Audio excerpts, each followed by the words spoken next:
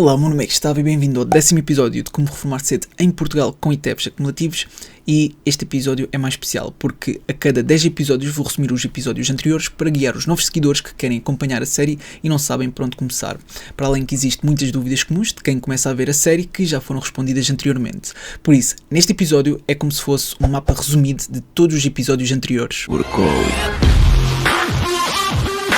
Então, o primeiro episódio é a base, ou seja, é o principal pilar para começar, e é importante ver, para quem quiser entender o porquê de ser tão importante constituir a nossa reforma, os tipos de FIRE que existem, como calcular para o teu caso, tributação, métodos de levantamento, possível rentabilidade, efeito de juro composto, como utilizar análise técnica a nosso favor com base nas zonas, critérios de escolha, horários da bolsa, como evitar taxas e comissões e como utilizar a plataforma para comprar e vender na prática. Eu sei que são muitos tópicos logo no primeiro episódio, mas esforcei-me para que fosse o mais eficiente e completo possível. Para além disso, eu consegui resumir esse episódio em apenas 20 minutos, porque eu valorizo o tempo de quem me segue. No segundo episódio contei a explicação dos principais ETFs, a sua classificação, informações básicas e fatores-chave. No terceiro episódio foi a revisão do VWCE, do VOA, do XDWH e como aproveitar as quedas tal como fiz no QDVE. No quarto episódio expliquei a diferença do ETF físico e sintético, a diferença entre ser em dólares ou em euros, expliquei como os ETFs reinvestem os dividendos e fiz uma revisão do ETF Invest e dos tickers IBCH, CPDT, da Life Strategy Vanguard, IQQH e XYLD. No quinto episódio foi a revisão de vários ETFs, ou seja, foi a revisão do SUSW, do IWFM e EFV e a lista continua e continua. No sexto episódio ensinei como ver o spread e a interpretar. Utilizei a comparação entre o VOA e o SXR8 porque facilmente alguém que está a começar consegue se confundir nesta parte. Depois, nesse episódio, também revi o SXRV e outros tal como podes ver nesta lista. No sétimo episódio expliquei as zonas mais detalhadamente e também como traçar as linhas que separam cada zona. Se alguém ainda tiver dúvidas nas zonas, então é só ver o episódio 7. Também expliquei sobre o SMMA e como colocar com os mesmos parâmetros. Depois também falei sobre os ETFs de mercados emergentes e de vários ETFs como o HTWO, AASC e a lista continua. Também mostrei a rentabilidade total deste portfólio naquela altura e expliquei a diferença entre investir em ETFs e imóveis. No oitavo episódio mostrei a rentabilidade do portfólio, expliquei sobre a importância de ter diferentes aportes conforme a zona, mostrei como colocar os mesmos indicadores que utilizo na série e também ensinei algo muito importante que é como saber em que zona se encontra o respectivo ETF e os respectivos critérios a ter em consideração por ordem de prioridade e com exemplos. Depois também revi estes ETFs e expliquei a diferença entre ETFs com uma composição de Value Stocks e ETFs com Growth Stocks. No nono episódio partilhei dicas para quem está a começar agora a ver a série, porque as condições do mercado no passado não são as mesmas de agora. Depois expliquei como o índice de referência muda conforme o ETF tenha mais exposição a outros países, por exemplo, se estiver exposto a 60% ou mais à Europa. De seguida expliquei a importância de adquirir ETFs conforme as condições do mercado e também expliquei matematicamente como o efeito de juro composto continua mesmo se adquirirmos diferentes ETFs acumulativos. Depois expliquei a diferença entre Full Replication e Optimized Sampling nos ETFs físicos e por fim fiz uma revisão destes ETFs e novamente do XDWH. Pronto, é isto. Eu sei que parece muita coisa, mas é tudo essencial de saber para quem quiser atingir o FIRE. Principalmente o primeiro episódio e também desde o sexto episódio até ao nono. Pronto, agora no 10º episódio vou ver os comentários, mas antes quero primeiramente agradecer à XTB por apoiar este vídeo. Eles têm 0% de comissões tanto em ações como ETFs, um valor mínimo de transação de apenas 10 euros e condições válidas para volumes mensais até 100 mil euros. Transações acima deste limite é cobrado uma comissão de 0,2% no mínimo de 10 euros. Também gosto de salientar que eles têm uma taxa de conversão de 0,5%, mas como nós adquirimos ETFs em euros, então esta taxa de conversão não é aplicada, o que é muito bom. Pronto, agora vou ver os comentários. Vou começar por este. Então, muito obrigado pelo vídeo, gosto muito de aprender com os teus vídeos e saber o que analisar quando escolher um novo ETF. Tenho apenas a dúvida de como delinear as zonas. Ok, eu poderia te explicar passo a passo novamente, mas isto já está tudo explicado no 7º episódio. Ou seja, se tu fores ver o 7º episódio, irás encontrar todos os passos que precisas para facilmente delinear essas zonas. Pronto, passamos à questão seguinte, que é relativamente às ações fracionadas. Olá Gustavo, em primeiro lugar quero agradecer os excelentes vídeos com conteúdo bastante super detalhado. A minha questão é a seguinte: falas em ter os ETFs inteiros para ser legítimo dono, mas no caso onde, por exemplo, num ETF que custa 50 euros e eu apenas tenho 25 e compro e depois no mês a seguir compro mais 25 euros, isto faz no total aos olhos do ETF dizer que tenho uma ação ou continua a ser um ETF fracionado. E já agora, quais são os riscos? E vale a pena investir em ETFs quando não temos o valor total do ETF? Eu penso que vale totalmente a pena, porque se nós adquirimos vários ETFs fracionados, quando fizer uma unidade, depois ficamos com o ETF inteiro.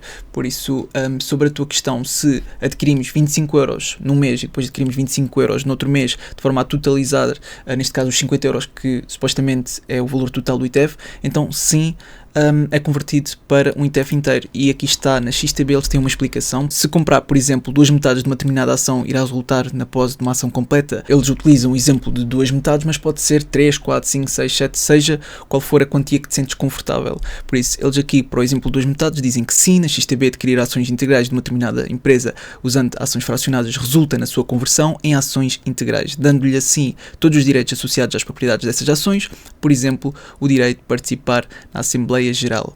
Esta fusão de ações ocorre uma vez por dia e, do ponto de vista legal, o investidor torna-se legítimo proprietário dentro de 2 dias úteis após adquirir uma ação integral. Mas quero aproveitar para salientar algo que acredito que seja muito importante e também uma dúvida comum, que é a XTB, segundo o meu conhecimento, é a única corretora que te permite comprar ações fracionadas e depois, quando tiveres pelo menos uma ação inteira ou um ETF inteiro, então converter para seres o legítimo proprietário. Nenhuma outra corretora que compres ações fracionadas e depois tenhas uma unidade inteira ou mais te permite tornares o legítimo proprietário, apenas o detentor beneficiário. Mas também isto não significa que precisas de ficar necessariamente preocupado, porque outras corretoras podem ter outros seguros que cobrem e protegem o investidor. Por isso, vê se a respectiva corretora vai de encontro ao teu perfil para o teu nível de segurança. Pronto, vamos passar à próxima questão. Olá, Gustavo, estou a adorar a série e continua com o bom trabalho. Tenho uma pergunta que acho relativamente importante, que é: entre a tua data de compra do ETF e a publicação do respectivo vídeo aqui no YouTube, são muitos dias de diferença. Sei que isto é para longo prazo, mas esta margem de tempo não é relevante? É assim, eu normalmente demoro cerca de uma semana até o vídeo ficar publicado, ou seja, desde a aquisição até à publicação é cerca de uma semana. Por acaso este vai ser um bocadinho mais, porque tenho alguns afazeres que são importantes e tenho que adiantar algumas coisas, mas mesmo que fosse um mês não seria relevante, porque como estamos a adquirir para longo prazo, normalmente as variações, sejam para valorização ou desvalorização, desde o momento que eu adquiro até à publicação do vídeo, não são suficientemente significativas ao ponto de se considerar relevante, especialmente para longo prazo. Por isso, mesmo que eu demorasse um mês, eu considero que não seria relevante, mas eu normalmente demoro cerca de uma semana e às vezes até menos tempo. Próxima questão, mais um excelente vídeo, obrigado por responder já à minha pergunta e analisar o ETF que eu sugeri. Se for possível, explica como vês que um ETF está no máximo ou não, qual o melhor gráfico para analisar, na corretora ou no Just ETF. Não sei se percebi bem. Muito obrigado e cumprimentos. Então eu vou utilizar o XDWH como exemplo. Aqui no Just ETF, seja em qual for o ETF, não é um bom exemplo para ver se um ETF se encontra em máximos ou não, pelo menos com exatidão. Podemos ver por alto onde se encontra, para ter uma noção se está próximo ou não dos máximos, que eu já fiz isso várias vezes, mas para sabermos com exatidão se está nos máximos ou ultrapassá-los, o que podemos fazer é vir aqui à XTB, procurar o respectivo ETF, neste caso é o XDWH, e depois arrastar aqui para o gráfico. Por isso, aqui conseguimos ter uma noção, mas temos que mudar o time frame para de mês a mês, por exemplo, e assim conseguimos saber com exatidão onde se encontra e a diferença que é até chegar aos máximos. Ou seja, desde o valor atual, que é aqui até aos máximos, temos aqui uma possível valorização de 5%. Por isso, isto é com a ferramenta Crosshair, que nós podemos utilizar para ver a distância que está dos máximos, mas também é importante referir que não é por um ETF chegar aos máximos que irá parar por ali, ou seja, pode chegar aos máximos e continuar a valorizar e fazer novos máximos. Agora, isto depois, cada um deve fazer o seu estudo, mas há certos ETFs que têm um maior potencial que ainda não chegaram aos máximos, que a sua rentabilidade pode ser superior do que outros que já estão em máximos e que até podem corrigir. Por isso, tu tens que ter atenção a isso tudo. Eu, quando olho para o desempenho ou para a performance de um ETF ou de uma ação, ou seja, do que for, é para ver os seus dados históricos, porque auxiliam no meu estudo, mas o desempenho passado não é indicador nem garante resultados futuros. Agora, passando à próxima questão, o que é que temos aqui? Olá, Gustavo, quero agradecer desde já o teu excelente trabalho em todos os vídeos que fazes, a fim de dar a conhecer e explicar as mais diversas formas de investir o nosso dinheiro.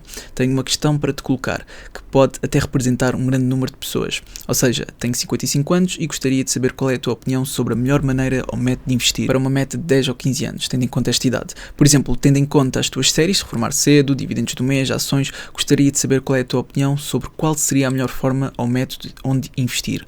Muito obrigado, um abraço. E a minha resposta foi esta, porque eu, se tivesse 55 anos ou mais, eu provavelmente faria exatamente aquilo que faço agora. É claro que poderia mudar algumas coisas, mas isso não depende unicamente da idade. Também teria que saber o perfil do investidor, objetivos e condições, e não é possível para mim nem para ninguém dizer qual é que é a melhor opção sem ter conhecimento de outras variáveis. Mas pronto, se eu tivesse 55 anos, o que eu faria era muito provavelmente tudo igual, ou seja, tudo o que eu faço atualmente. Pronto, e estas foram as questões.